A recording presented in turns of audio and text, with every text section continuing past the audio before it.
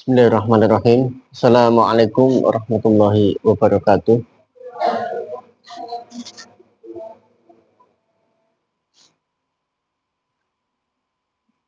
Alhamdulillahilladzi hadana lihada wa ma kunna linahtadiya laula an hadanallah.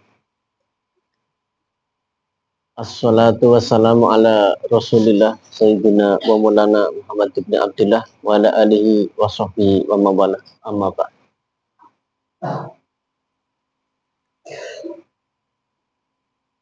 Hadirin yang dirahmati Allah Subhanahu wa taala.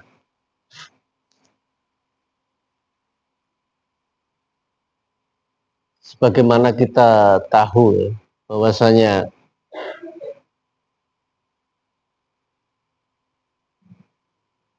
setan itu adalah musuh bagi kita yang nyata, dan hendaknya kita jadikan setan tersebut adalah musuh bagi kita. Jangan sampai kita berteman, bersekutu dengan setan, karena setan sudah berkomitmen, sudah berjanji akan menyesatkan seluruh anak keturunan Adam, seluruh manusia. Setan ini sudah punya komitmen, gara-gara Nabi Adam, gara-gara tidak mau bersujud, setan ini dilaknat.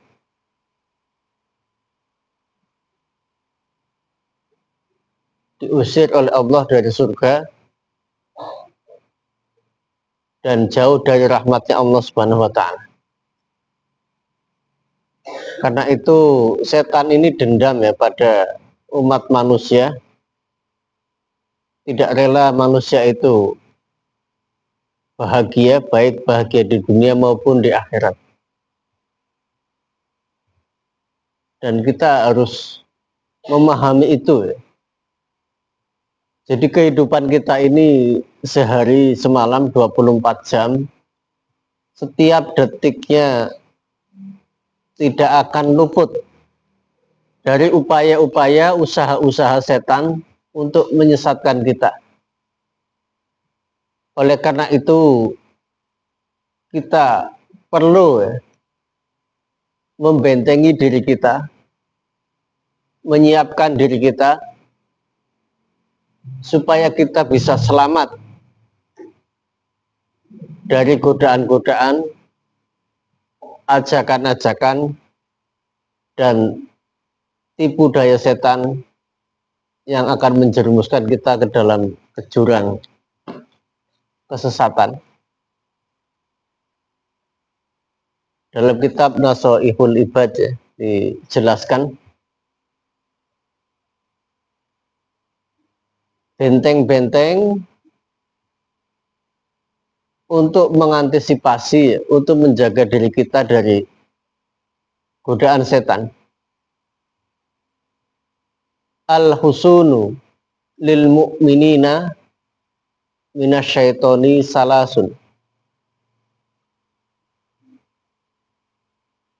Jadi benteng-benteng bagi kaum mukminin, bagi orang-orang yang beriman, benteng terhadap apa? Benteng terhadap setan itu ada 3. Yang pertama, al-masjidu hisnun. Masjid merupakan benteng. Kemudian yang kedua, wa zikrullahi hisnun. Zikir kepada Allah itu juga merupakan benteng. Kemudian yang ketiga adalah wa qiraatul Qur'ani hisnun. membaca Al-Quran itu juga merupakan benteng kaum mukminin. Yang pertama adalah al-masjidu. Masjid merupakan pertahanan bagi kaum mukminin terhadap bisikan-bisikan setan. Kenapa masjid itu bisa menjadi benteng atau bisa menjadi pertahanan bagi kita? Karena masjid, musola ya, tempat kita sholat itu tempatnya para malaikat berkumpul. Tempatnya orang-orang yang beribadah dan tempatnya orang-orang yang soleh. Itu kenapa masjid menjadi benteng kita dari setan. Orang kalau di masjid ya, pikirannya akan tenang, fokusnya akan kepada akhirat. Diarahkan ya, dituntun kepada jalan-jalan Allah, jalan-jalan yang benar atau jalan yang Allah ridho kepadanya. Jadi kalau kita punya masalah ya, kita sedang gundah gulana, maka tempat wisata terbaik kita adalah masjid atau musola-musola. Di sana kita bisa panjatkan doa, bermunajat kepada Allah, adukan kepada Allah apa permasalahannya. Sebesar apa masalah yang kita hadapi, Allah lebih besar daripada masalah-masalah kita. Jadi kita tidak perlu ya, mau menghilangkan masalah, menjernihkan hati, tidak harus pergi ke puncak gunung, ke pantai, makan waktu lama, jarak tempuhnya sangat jauh ya. Cukup kita ke masjid saja ya. Apabila hati ini susah digerakkan untuk taat kepada Allah, ngajaknya untuk maksiat melulu ya, melanggar peraturan-peraturan Allah, peraturan-peraturan pondok pesantren, dan peraturan atau norma-norma yang berlaku di masyarakat ya, maka perbanyaklah diri kita ke masjid. Ya, kalau kita mau ambil simpelnya ya, jika 5 waktu kita bisa di masjid ya, berarti kita sudah punya 5 pertahanan ya, sehari semalam dengan melakukan sholat bersama di masjid ataupun di musola.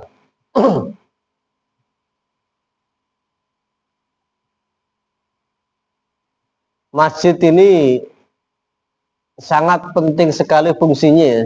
Sejak zaman baginda Nabi, masjid sebagai pusat dakwah, pusat mengatur segala sesuatu ya, untuk mencapai kemanfaatan, kemaslahatan baik dunia maupun akhirat. Makanya umat Islam, kaum mukmin tidak boleh jauh-jauh dari masjid. Kaum mukminin ya, dengan masjid ibarat ikan dengan lautan atau dengan air. Harus betah karena tempatnya ya di situ. Kalau ada ikan sudah tidak betah di air ya, itu ikan sudah mau minta digoreng ya, atau dibakar, disantap. Jadi kalau orang Islam, orang yang beriman sudah tidak kerasan ya, melihat masjid kok kayak kuburan ya, serem ya, ini alamat ya. Alamat matinya hati, alamat setan bersemayam di dalam dirinya.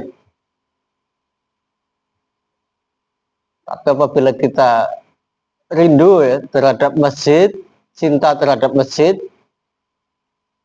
ini alamat orang-orang yang selamat. Karena salah satu dari 7 orang yang akan Allah beri perlindungan di hari kiamat nanti, di saat atau di hari tersebut tidak ada perlindungan kecuali perlindungan Allah. Salah satunya orang yang ta'aluk hatinya terpaut dengan masjid. Di rumah ketika waktu sholat benar-benar ditunggu-tunggu. Waktu maghrib jam berapa, isya jam berapa. Posisi saya mengerjakan tugas pekerjaan kira-kira sampai jam berapa supaya bisa sholat tepat waktu, supaya bisa sholat berjamaah. Demikian juga ketika di perjalanan pun sangat diperhitungkan. Ini ciri-ciri orang-orang yang hatinya baik, ciri-ciri orang yang mendapatkan hidayah. Selalu merindukan masjid. Dan masjid di dalamnya penuh dengan keberkahan, penuh rahmat. Jadi masjid juga bisa menjadi tolak ukur secara umum orang itu baik apa tidak. Secara umum orang yang rajin ke masjid itu menunjukkan tingkat keimanannya. Sadar diri bahwasanya masjid adalah rumahnya Allah, tempat untuk beribadah. Oleh karena itu dengan membiasakan diri ke masjid beribadah itu merupakan suatu kebaikan. Kebaikan akan melahirkan kebaikan-kebaikan yang lainnya. Oleh karena itu berpesan pada kalian semua di mana tempat jangan jauh-jauh dari masjid. Kalau di pesantren sudah sangat menjamin di dalam, dan itu juga selain kewajiban dari Allah, itu juga peraturan dari pesantren untuk selalu taat, selalu mengerjakan sholat waktu secara sholat 5 waktu secara berjamaah. Karena dengan masjid kita diingatkan Saya dulu punya prinsip kalau sudah berkeluarga, sudah berumah tangga, sudah mukim, harus melakukan 2 hal. Yang pertama, harus tinggal dekat masjid. Itu prinsip hidup saya dulu. Ketika masih nyantri, ketika masih bujang. Kalau tidak mampu dekat dengan masjid, kebetulan rumahnya jauh, maka harus bangun, membuat masjid ataupun musola. Karena dengan kita dekat dengan masjid musola, setiap waktu kita diingatkan dengan azan kita diingatkan, selalu diingatkan kepada Allah diingatkan untuk melakukan suatu kebaikan-kebaikan. Karena masjid sumber ingatan kita, fokus kita kepada akhirat. Kalau orang sudah pikirnya akhirat, itu yang muncul, yang diinginkan, yang ingin dilakukan adalah amal-amalan soleh. Tapi kalau kita sudah di pasar yang kita pikirkan dunia bagaimana mendapatkan keuntungan sebanyak-banyaknya. Makanya tempat terbaik adalah masjid. Dan tempat terjelek adalah pasar. Tadi hendaknya benar-benar diperhatikan pesan apa, di mana tempat, jangan jauh-jauh dari masjid, dari musola. Maksudnya apa? Tidak cuma dekat saja, nanti sudah dekat dengan masjid, musola, tapi nggak mau ke masjid, ke musola, tidak mau memakmurkan masjid maupun musola, itu sama aja bohong Berarti dekat dengan masjid tapi hatinya jauh. Kalau hatinya kita sudah aman tinggal jauh dari masjid pun kita bisa konsisten istiqomah berjamaah 5 waktu, maka tidak masalah. Tapi kalau itu memberatkan jadi masalah, maka dekatkan tempat tinggal kita dengan masjid. Kalau kita mau mampu komitmen ya, konsisten, jauh dari masjid, akan dihitung tiap langkahnya. Kalau mbak-mbak di pondok ya, musolanya hanya 5 langkah ya sampai. Kalau kangkangnya banyak langkah ya, ratusan langkah. Itu di setiap langkahnya dicatat suatu kebaikan. Tapi kalau gara-gara jauh ya dengan alasan jarak tempuh, jamaahnya sedikit terus, itu tadi harus didekatkan. Itu tadi benteng yang pertama kaum mukmin adalah al-masjidu, al-masjidu, masjid. Selanjutnya benteng yang kedua tadi apa? Apa? Iya, zikrullah ya, atau zikir kepada Allah Subhanahu wa taala. Kalau kita ingin selamat dari godaan setan, perbanyaklah zikir kepada Allah.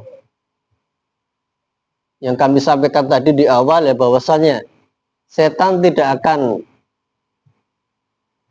melepaskan diri kita ya, sekejap mata pun, sedetik pun ya, melepaskan kita dari godaan-godaannya. Selama itu ada kesempatan, sedetik pun ya, setan akan masuk membisikkan. Jadi zikir kepada Allah ini juga frekuensinya harus banyak ya. Frekuensinya harus tinggi. Sekali orang itu lupa kepada Allah, ngeblank ya, setan sudah pasti masuk membisikkan pada kejahatan-kejahatan. Kalau kita zikrullah, ingat pada Allah, malaikat yang masuk di hati kita. Jadi di dalam hati kita, dalam diri kita itu hanya ada dua, itu malaikat dan setan. Malaikat mengarahkan, mengajak pada jalan lurus ya, jalan yang Allah ridhoi, sementara setan berusaha sekuat mungkin ya, supaya orang tersebut jauh dari jalannya Allah. Jadi kalau saya ibaratkan ya, di ruangan ini, di musola ini ada saklar ya. Saklar itu bisa menghidupkan lampu dan mematikan. Saat lampu hidup ya, maka akan jelas ya, akan terang benderang, kita akan mengingat Allah. Tapi kalau lampu itu, saklar itu kita off-kan, kita matikan, hati kita gelap. Dan di saat gelap itu setan yang masuk. Jadi hanya ada dua ya, saklar itu on dan off. Demikian juga hati kita. Kalau hati kita lagi on, malaikat yang masuk. On-nya zikrullah, ingat kepada Allah, eling karo Gusti Allah. Off-nya ketika kita lupa. Jadi ada ulama tasawuf ya, ulama thariqah yang mengatakan bahwasanya dosa terbesar itu adalah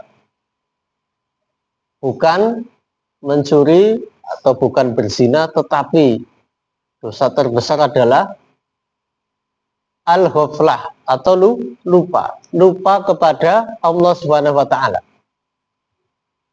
Jadi kalau pencuri, pezina, dia ketika mau mencuri, ketika mau berzina, ingat kepada Allah ya, berpegang teguh pada imanannya, bahwasanya Allah melihat di setiap langkah, setiap gerak gerik kita, maka dia tidak akan jadi melakukan perbuatan maksiat. Maksiat terjadi karena kita lupa zikir, lupa eling kepada Allah. Makanya zikir Allah ini sangat penting ya, menjadi penjaga diri kita. Oleh karena itu hendaknya kita latih ya. Coba kita sering tafakur, sering merenung atau sering meditasi, berusaha dalam waktu 1 menit saja. Kita berupaya 1 menit itu kita latih ya, sebanyak-banyaknya bisa eling kepada Allah. 1 menit ada 60 detik ya. Dalam 60 detik itu kita berapa detik ingat kepada Allah? Hanya 10 detik ya kita latih, bisa 20 detik ya, bisa 30 detik. Dari 1 menit, setengah menitnya kita ingat Allah full ya, itu sudah sangat luar biasa. Apalagi dalam 1 menit ya, kita bisa mencapai 60 detik zikrullah. Tapi ini tingkatan orang-orang yang sempurna. Dan itu harus kita latih ya. Kalau nggak kita latih ya, selalu pikiran kita selalu kok kosong. Makanya kita jangan heran ya kalau ada orang yang gampang kerasukan setan ya. Pikiran kosong, tidak eling karo Gusti Allah, setan masuk terjadi rasukan. Dilatih tiap waktu ya. Karena kalau nggak dilatih kita emang ya tempatnya salah dan lupa. Al insanu mahalu khoto wa nisyan. Tempatnya salah dan lupa. Jangankan di luar sholat ya, di waktu sholat saja ya kita sudah menghadap kepada Allah. Ini wajah tuh ya, wajhiyalilladzi fatara samawati wal ard, menghadapkan dirinya kepada Allah pencipta langit dan bumi, tapi kita ya hatinya masih kemana-mana, masih memikirkan urusan-urusan dunia kita. Walaupun lesan kita berbicara ya menyebut asma Allah, tapi hatinya, pikiran kita kemana-mana. Itu yang harus kita latih, harus kita fokuskan. Lesan kita, pikiran kita, hati kita menyatu semua ingat Allah, semua berzikir kepada Allah. Kalau seluruh organ tubuh kita, seluruh sel-sel tubuh kita diisi dengan zikrullah ya, semuanya mengingat Allah, maka tidak ada pintu masuk untuk setan untuk masuk ke dalam diri kita. Itu benteng yang kedua adalah zikrullah. Selanjutnya benteng kaum mukminin yang ketiga dari setan adalah qiraatul Quran, membaca Al-Quran. Jadi orang mukmin ya, harus rajin baca Al-Quran. Mukmin yang baca Al-Quran ya, rajin itu seperti buah jeruk ya. Baunya enak ya, kalau kita cium bau jeruk itu rasanya juga manis, enak. Baunya harum, rasanya enak. Itu ibarat orang mukmin yang rajin membaca Al-Quran. Dan Al-Quran ini menjadi penjaga kita ya. Siapa rajin baca Al-Quran ya, setan akan panas, akan menjauh. Khususnya di surat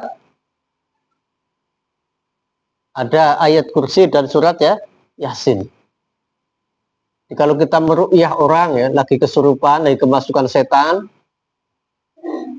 maka bacakan ayat kursi. Atau kita tinggal di rumah terasa hawane angker, merasa ada godaan-godaan, maka kita bacakan ayat kursi ya, bisa kita perantara bacakan ke dalam air, kemudian kita siramkan ya, atau kita buat pagar dengan menyiramkan cara mengelilingi tempat tinggal kita ya, itu juga salah satu benteng ya.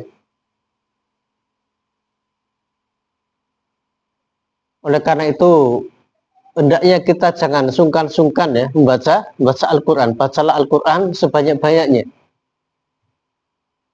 baik yang para penghafal Quran maupun yang bukan penghafal Quran ya, harus rajin baca Al-Quran. Dan untuk penghafal Al-Quran yang sudah selesai khususnya punya program program untuk ngerojaah. Misalkan ya, ada yang caranya begini, misalkan tanggal 1. Tanggal 1 punya tugas sehari itu 3 juz. Tanggal 1 ambil juz 1, juz 11, dan juz 21. Sehari 3 juz. Berarti kalau 30 juz selesai berapa hari?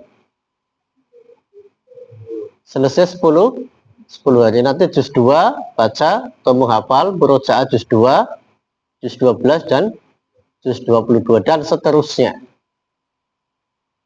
Terus konsisten ya, jadi perputaran 10 hari selesai 30 juz ya. Yang belum sampai selesai terus kuatkan murojaahnya, terus kuatkan setoran-setoran hafalannya, karena itu ya, secara otomatis menjadi pertahanan diri kita, penolong kita ya, untuk menghadapi bujuk rayu tipu daya setan. Itu saja hadirin anak-anak sekalian yang dapat kami sampaikan pada kesempatan malam hari ini. Jadi bisa kita simpulkan ya, kita ingat, kita catat kembali bahwasanya benteng pertahanan kaum mukminin dari setan itu ada 3. Yang pertama adalah masjid, yang kedua zikrullah, dan yang ketiga adalah qiraatul Quran. Semoga kita semua tergolong orang-orang yang dimudahkan oleh Allah untuk mengamalkan 3 amalia ini ya. Kita mampu rajin di masjid, kita mampu langgeng istiqomah zikrullah, demikian juga kita selalu konsisten dalam baca Al-Quran, dan semoga Allah menjauhkan kita semua dari godaan-godaan setan, dan Allah selamatkan kita semua selamat di dunia maupun di akhirat. Allahumma amin. Saja yang dapat kami sampaikan. Terima kasih atas segala perhatian. Kami akhiri wabillahi taufiq wal hidayah. Assalamualaikum warahmatullahi wabarakatuh.